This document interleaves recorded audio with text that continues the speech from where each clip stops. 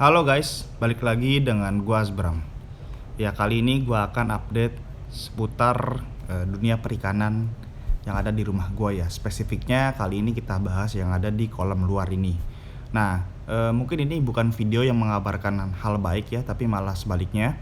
Ada kejadian yang tidak mengenakan yang terjadi di akhir tahun kemarin lah kurang lebihnya. Jadi kalau kalian ingat pada tahun 2019 gue tuh pernah beli, ya memang gak pernah gue videokan sih, tapi gue ceritain dulu ya. Tahun 2019 gue itu pernah beli 2 ekor RTC ya pada bulan September. Seekor RTC ukuran kurang lebih 50-55 cm. Itu gue beli dari kota Garut, gue bawa ke Jakarta. Ini fotonya waktu awal-awal gue beli. Nah kemudian 3 bulan kemudian gue beli 1 ekor lagi yang dimana ini ukurannya sangat-sangat besar, yaitu RTC 90 cm yang gue beli dari salah satu penghobi yang ada di Jakarta. Nah yang akhirnya keduanya ini survive, tapi yang kedua yang bulan Desember ini yang ukuran di jumbo yang 90 cm akhirnya mati 1 bulan kemudian karena ya mungkin dugaan gue sih karena gagal adaptasi di kolam gue waktu itu ya, karena kondisinya ya mungkin guanya juga salah sih, nggak aklimasi, kemudian juga nggak aklimatisasi, kemudian juga gua nggak apa ya parameter airnya mungkin terlalu beda jauh, dan waktu itu musim hujan gitu, akhir tahun.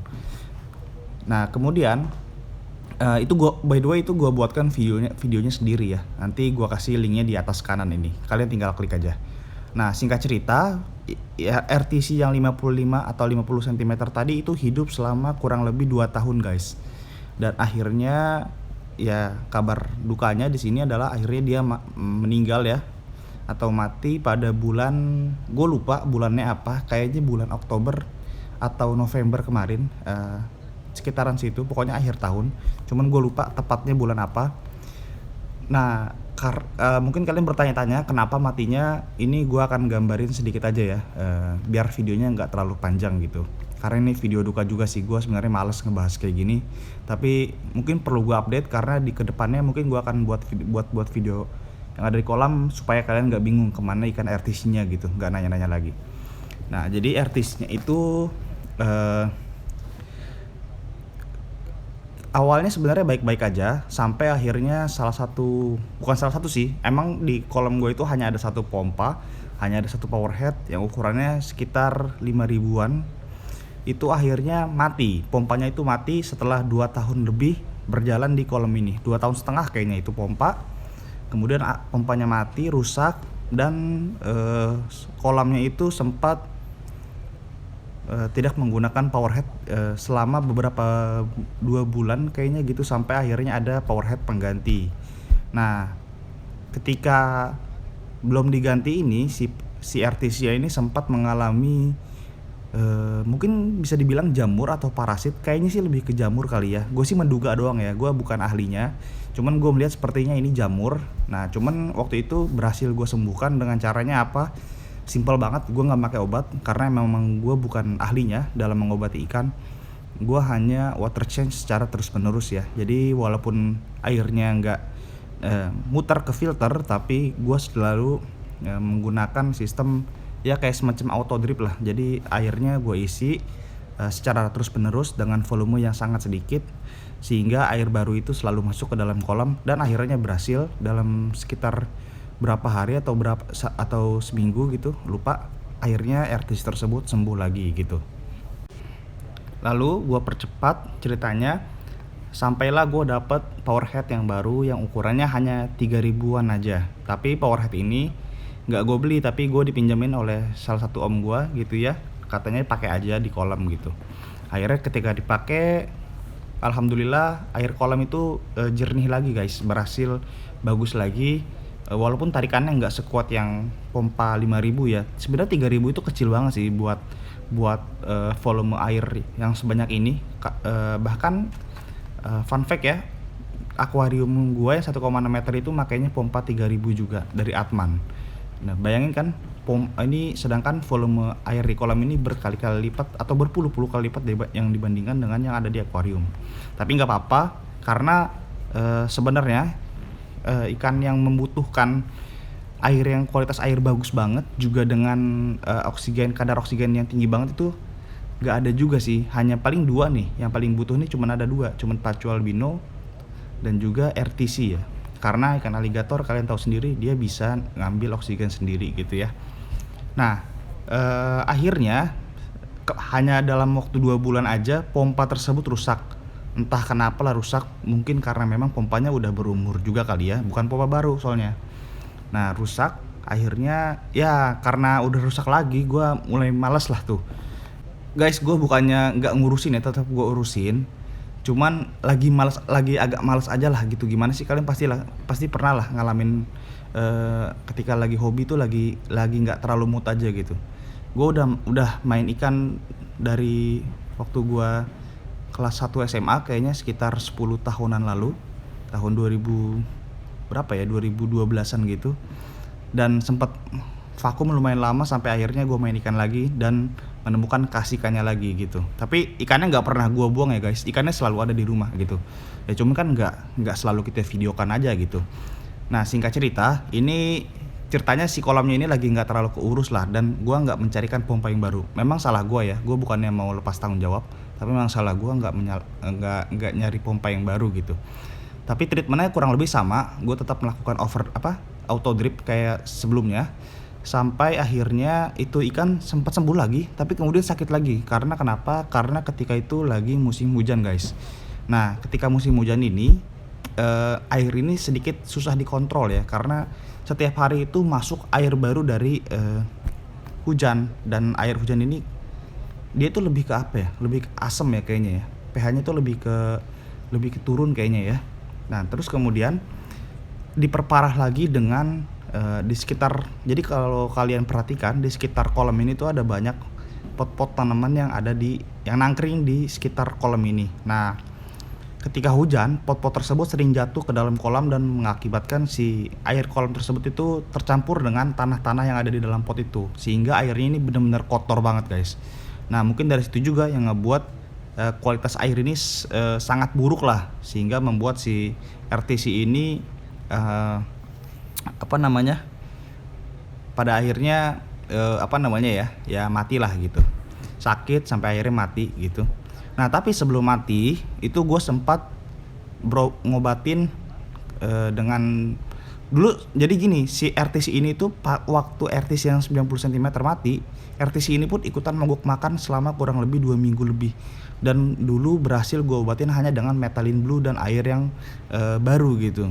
Nah, gue coba ngulangin pengobatan tersebut ke RTC yang dulu sempat sakit tersebut gitu. Dan ternyata tempat karantinanya ini udah nggak cukup guys. Sorry banget, gue susah banget nyari foto ketika RTC tersebut gue obatin, karena sempat gue dokumentasikan juga sebenarnya, cuman gue nggak ketemu backupannya. Singkat cerita, sekarang udah besar, gue nggak punya tempat untuk karantina. Nah, ini tips juga buat teman-teman yang punya ikan monster, ikan jumbo-jumbo. Kalian harus selalu sedia satu tempat yang dimana kalian bisa mengevakuasi ikan kalian ketika sewaktu-waktu sakit gitu ya. Nah, ini salah gue juga, gue nggak punya.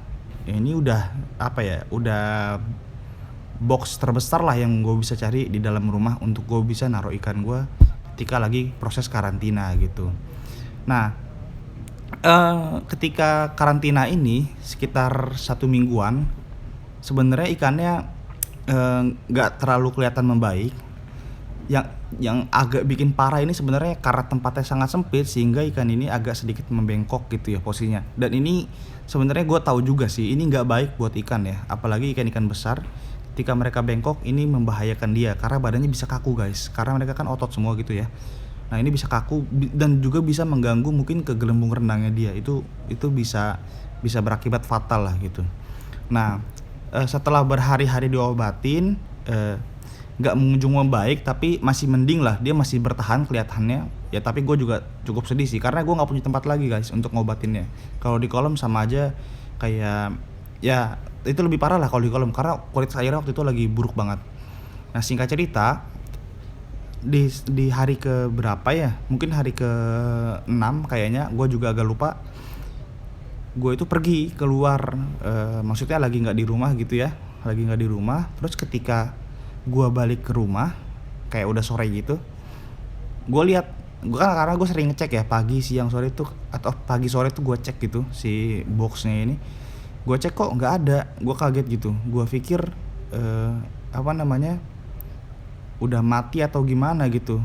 Mungkin pas gue pergi dikubur apa gimana, tapi kok nggak ada yang ngabarin gitu. Gue cari-cari nggak ada di sekitar box juga, takutnya lompat kan. Ternyata gue cek ke kolam, ada, dan di dasar kondisinya udah terbalik guys. Ternyata pas gue nanya ke orang rumah, RTC tersebut sempat lompat keluar dan ditemuin beberapa menit kemudian atau berapa jam gak ngerti, kayaknya berapa menit sih, gak sampai jam, oleh bokap gue, dan akhirnya oleh dia dilempar ke kolam karena beliau nggak tahu guys. By the way juga beliau juga nggak tahu kalau RTC itu lagi dalam pengobatan. Jadi dipikirnya RTC-nya itu lompat dari kolam, akhirnya dibalikinlah ke kolam. Dan ketika dibalikin kondisinya udah makin parah. Dan ya akhirnya gak lama kemudian setelah kejadian lompat tersebut dan gak ada yang tahu, akhirnya RTC tersebut mati lah guys gitu. Ya kurang lebih gitulah guys ceritanya setelah apa ya merawat ikan itu sekitar 2 tahun lebih. Ya sedih juga sih karena kita udah ngerawat ikan lama-lama, terus kemudian udah sempet sakit-sakitan, terus kita rawat akhirnya bisa hidup lagi gitu ya, sehat, bahkan bisa bertumbuh besar jauh daripada ketika kita beli gitu ya ukurannya, dan pada akhirnya mati. Tapi ya gimana guys, namanya juga hewan ya, walaupun di sini juga matinya juga akibat dari salah penanganan atau kurangnya perawatan dari ownernya. Nah di sini ini gua gitu kasusnya ya. Jadi bisa dibilang ini lebih kayak ke human error sih, karena sebenarnya hal-hal kayak gini tuh bisa dihindarin guys dengan cara merawat air, merawat mesin-mesin kolam kalian, terus kemudian filternya di maintenance terus, dan hal-hal seperti itulah, dan yang bisa merawat ikan supaya bisa umurnya panjang gitu. Walaupun namanya ikan kadang-kadang juga bisa di luar nalar ya, matinya kenapa nggak ada penjelasannya, yaitu mungkin juga kayak gitu. Terus kemudian untuk masalah data akhirnya gue coba ukur, RTC-nya itu berada pada ukuran 80 cm, artinya 10 cm di bawah dari panjang RTC yang paling besar yang pernah ada di kolam gue ini. Untuk masalah beratnya sorry banget gue nggak sempet nimbang karena nggak kepikiran aja, waktu itu lagi nggak pengen aja gitu. Pokoknya lagi kayak aduh bete banget deh pas ikan mati tuh, rasanya bete banget gitu, jadi nggak sempet gue timbang gitu guys. Ya semoga cerita ini bisa diambil hikmahnya. Sorry banget kalau misalkan ini mengecewakan kalian, tapi ya tetap harus gue update supaya teman-teman tahu juga, dan ya kalau barangkali ada pelajaran teman-teman bisa disimak lah gitu. Ya nanti akan gue update lagi mengenai kolam juga dengan ikan-ikannya. Nanti gue pengen bikin cerita atau pengen bikin video mengenai ikan terlama yang ada di kolam gue gitu ya, atau hewan-hewan yang terlama yang ada di rumah gue tuh, yang paling lama tuh apa aja sih dan umurnya berapa gitu. Oke, ditunggu video selanjutnya ya. Gua Asbram, sampai jumpa di video selanjutnya. Bye.